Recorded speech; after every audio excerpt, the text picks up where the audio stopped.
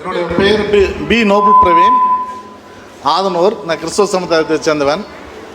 உங்கள்ட்ட ஒரு முக்கியமான ஒரு கோயில், ஏன்னா இப்போ கிறிஸ்துவ சமுதாயம் இஸ்லாமிய சமுதாயம் இப்போ பழைய ஏற்பாட்டு காலத்தில் எங்களோட பழைய ஏற்பாடுன்னு ஒன்று இருக்குது. அந்த பழைய ஏற்பாடு ஒரு சன்னதி தான் நீங்கள் முஸ்லீம்னு சொல்லியிருக்கோம். ஆனால் முகமது நபியும் ஈசா நபிக்கும் என்ன டிஃப்ரெண்ட், என்ன வேற்றுமை? நீங்கள் இஸ்லாமிய ஈசா நபியை ஏன் வழங்கக்கூடாதுங்கிறீங்க, அதோட கருத்து என்ன தேவை? அதாவது கிறிஸ்தவ சகோதரர் அவர் கிறிஸ்தவ மார்க்கத்தையும் இஸ்லாத்தையும் கம்பேர் பண்ணி ஒரு கேள்வி கேட்குறார்.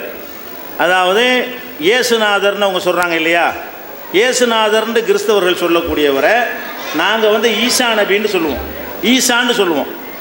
அவரை இறை தூதர், அவர் ஒரு கடவுளுடைய தூதர் என்று நாங்கள் நம்புகிறோம். குரான்லேயே அவரை பற்றி இருக்கிறது. முகமது நபிக்கு முன்னாடி உள்ளவர் அவர். முகமது நபிக்கு ஒரு 570 ஆண்டுக்கு முந்தி உள்ளவர் இயேசுங்கிறவர். அப்போ அவரை முஸ்லீம்கள் நாங்கள் மதிக்கிறோம். எப்படி மதிக்கிறோம்? அவரும் ஒரு இறைவனுடைய தூதராக இருந்தார் என்று நாங்கள் நம்புகிறோம். அவர் என்ன கேட்குறாருன்னு கேட்டால், நீங்கள் ஏன் ஈசா நபியை வணங்கக்கூடாது, நாங்கள் வணங்குற மாதிரி ஈசா நபியை ஏன் நீங்கள் வணங்கக்கூடாதுன்னு கேட்குறாரு. அப்போ ஏன் வணங்கக்கூடாதுன்னு சொல்கிறோம்னு கேட்டால், ஈசா நபின்னு சொல்லக்கூடிய இயேசுநாதர் ஒரு சந்தர்ப்பத்திலையும் அவர் என்னை வணங்குங்கள் என்று மக்கள்கிட்ட சொன்னதே கிடையாது. முதல் நீங்கள் விளங்கி கொள்ளணும். இயேசுநாதர் இருக்கார், அவர் வாழ்ந்த காலத்தில் மக்கள்கிட்ட போய் நீங்கள் எல்லாம் என்னை நான் தான் கடவுள், என்னை வணங்குங்கன்னு சொன்னார் என்று சொல்லி பைபிளில் இருக்குதா? இயேசு சொன்னதாக இல்லை. இயேசு என்ன சொன்னார்? பரலோகத்தில் இருக்கிற பிதாவைத்தான் நீங்கள் வணங்க வேண்டும், என்னை வணங்கக்கூடாது. நான் பைபிளில் இருக்குதா? இயேசு சொன்னதாக இல்லை. இயேசு என்ன சொன்னார்? பரலோகத்தில் இருக்கிற பிதாவைத்தான் நீங்கள் வணங்க வேண்டும், என்னை வணங்கக்கூடாது. நான் கடவுள் இல்லை, மனுஷகுமாரன், மனுஷகுமாரனுக்கு தலை சாய்த்து படுக்க இடமில்லை அப்படிலாம் நினைஞ்சிருக்கிறாரு.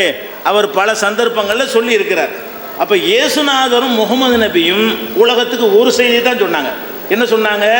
ஒரே ஒரு கடவுளை வணங்க வேண்டும். அதை சொல்வதற்கு வந்த தூதர்கள் நாங்கள். முகமது நபி என்ன சொன்னாரோ அதைத்தான் அப்படியே இயேசுநாதர் சொன்னார், அல்லது இயேசுநாதர் என்னத்தை சொன்னாரோ அதைத்தான் முகமது நபி சொன்னார். அப்போ இயேசுநாதர் கொள்கையும் முகமது நபி கொள்கையும் என்னன்னு கேட்டால், கடவுள் ஒருத்தன் இருக்கிறான், அவனை மட்டும் வணங்குங்க, எங்களை வணங்கிவிடாதீங்க, இதைத்தான் சொன்னார். ஆனால் பின்னாடி என்ன பண்ணிட்டாங்கன்னா, இயேசுநாதருக்கு பின்னாடி வந்தவங்க இயேசுவையே கடவுளாகக்கூடிய விதமாக சில கொள்கைகளை வகுத்துட்டாங்க. இப்போ இந்த கிறிஸ்தவ மார்க்கம் இப்போ சொல்கிறாங்க இல்லையா, இந்த மார்க்கத்தை இயேசுநாதராக உண்டாக்குனாங்கன்னு பாதிரிமார்கிட்ட கேளுங்க, இல்லை, சொல்லவும் முடியாது அவங்களால.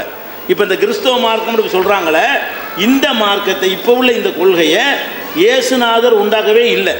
யார் உண்டாக்குறா? சவுல்னு ஒரு ஆள் இருந்தார். இயேசுநாதருக்கு பிந்தின சீடர் காலத்தில் சவுல் என்று ஒருத்தர் இருந்தார். அவர் கிறிஸ்துவ மக்களுக்கு எதிராக அவங்கள அழிக்கிறதுக்காக வேண்டி பலவிதமான இடைஞ்சல்கள்லாம் பண்ணினார். பிறகு என்ன பண்ணார்னு கேட்டால், எனக்கு இயேசுநாதர் காட்சி தந்தார் அப்படின்னு சொல்லிட்டு பேரை பவுலுன்னு மாற்றிக்கிட்டு அவர் கிறிஸ்துவ மார்க்கத்தை நுழைஞ்சிட்டு அவர் தான் இதெல்லாம் உண்டாக்குறாரு.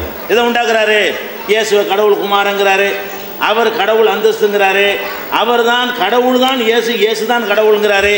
இது எல்லாத்தையும் உண்டாக்குனது யாருன்னு கேட்டால் இயேசு கிடையாது. அப்போ இயேசு கொண்டு வந்த மார்க்கம் தானே கிறிஸ்துவ மார்க்கமாக இருக்கணும். இயேசுவுக்கு எதிரியாக இருந்த ஒரு ஆள் இயேசுவுக்கு பின்னாடி அந்த கொள்கையை கெடுக்கிற விதமாக எதை உண்டாக்குனாரோ அதைத்தான் இன்றைக்கு உள்ள கிறிஸ்துவ மக்கள் என்ன செய்கிறாங்க? இயேசுவின் கொள்கை என்று நினைத்து கொண்டிருக்கிறார்கள். நீங்கள் மத்தேயு புதிய ஏற்பாடுன்னு இருக்கிறது, அதில் 4 சுவிசேஷம் இருக்கிறது. மத்தேயு இருக்கிறது, மார்க் இருக்கிறது, லூக்கா இருக்கிறது, யோவான் இருக்கிறது. இவங்க 4 பேருமே இயேசுநாதருடைய வரலாறை எழுதியிருக்கிறார்கள். எந்த ஒரு இடத்துலையும் 4 பேருமே இது சொல்லவே கிடையாது. எதை சொல்லலை? இயேசு தான் கடவுள் என்றோ, இயேசு கடவுள் பிள்ளை என்றோ, கடவுளுடைய தன்மை அவருக்கு வந்துவிட்டது என்றோ இயேசு சொன்னதாக அவர்கள் சொல்லவே இல்லை. இயேசு சொன்னார்னு நம்ம ஏற்றுக்கிறேன்னு, இயேசு சொன்னதாக ஒரு இடத்திலும் சொல்லப்படவே இல்லை. அப்போ என்ன பண்ணுறாரு? இந்த பவுலுங்கிற ஒரு சுவிசேஷம் இருக்குதுல்ல, 4 சுவிசேஷத்துக்கு அப்பாற்பட்ட நிருபங்கள், அதில் தான் இந்த பவுல் என்ன பண்ணுறாரு? இந்த கருத்துக்களை எல்லாம் விதைக்கிறார். அதனால் உண்மையான கிறிஸ்தவர்களாக இருக்கிறவங்க கூட என்ன பண்ணணும்னு கேட்டால், இயேசு எந்த கொள்கையை சொன்னாரோ, சின்ன உதாரணம், ஒரு அம்மா வர்றாங்க, 2 பிள்ளையை கூட்டிகிட்டு வர்றாங்க, புரிஞ்சுக்கிறதுக்காக வேண்டி பைபிளில் உள்ளது. 2 பிள்ளையை கூட்டிகிட்டு இயேசுகிட்ட சொல்கிறாங்க, பரலோக ராஜ்யம்னு ஒன்று இருக்குது. பரலோக ராஜ்யம்னா என்ன? நம்மெல்லாம் செத்த பிறகு திரும்ப கடவுள் உயிராக ஆக்கி நம்மளையெல்லாம் கொண்டு விசாரிக்கக்கூடிய இடத்துக்கு பேர் தான் பரலோக ராஜ்யம்.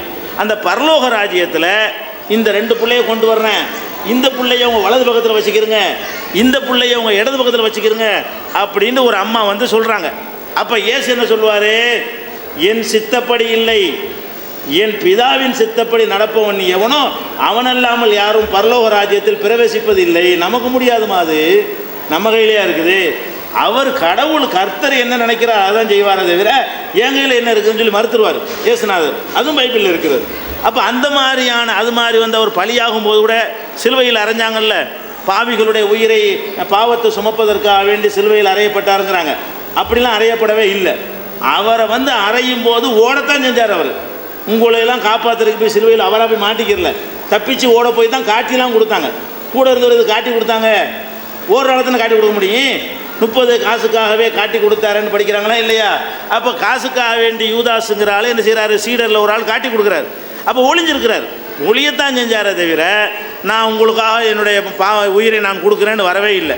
அது மாதிரி சிலுவையில் அறையும் போது கூட என்ன சொல்லிட்டு செத்தார் அவர்? பைபிள் பிரகாரம் ஏலி ஏலி லாமா சபக்தானின்னு சொன்னார். என் தேவனே ஏன் என்னை கைவிட்டாயின்னு கேட்டார். அவர் விரும்பி சாவலை.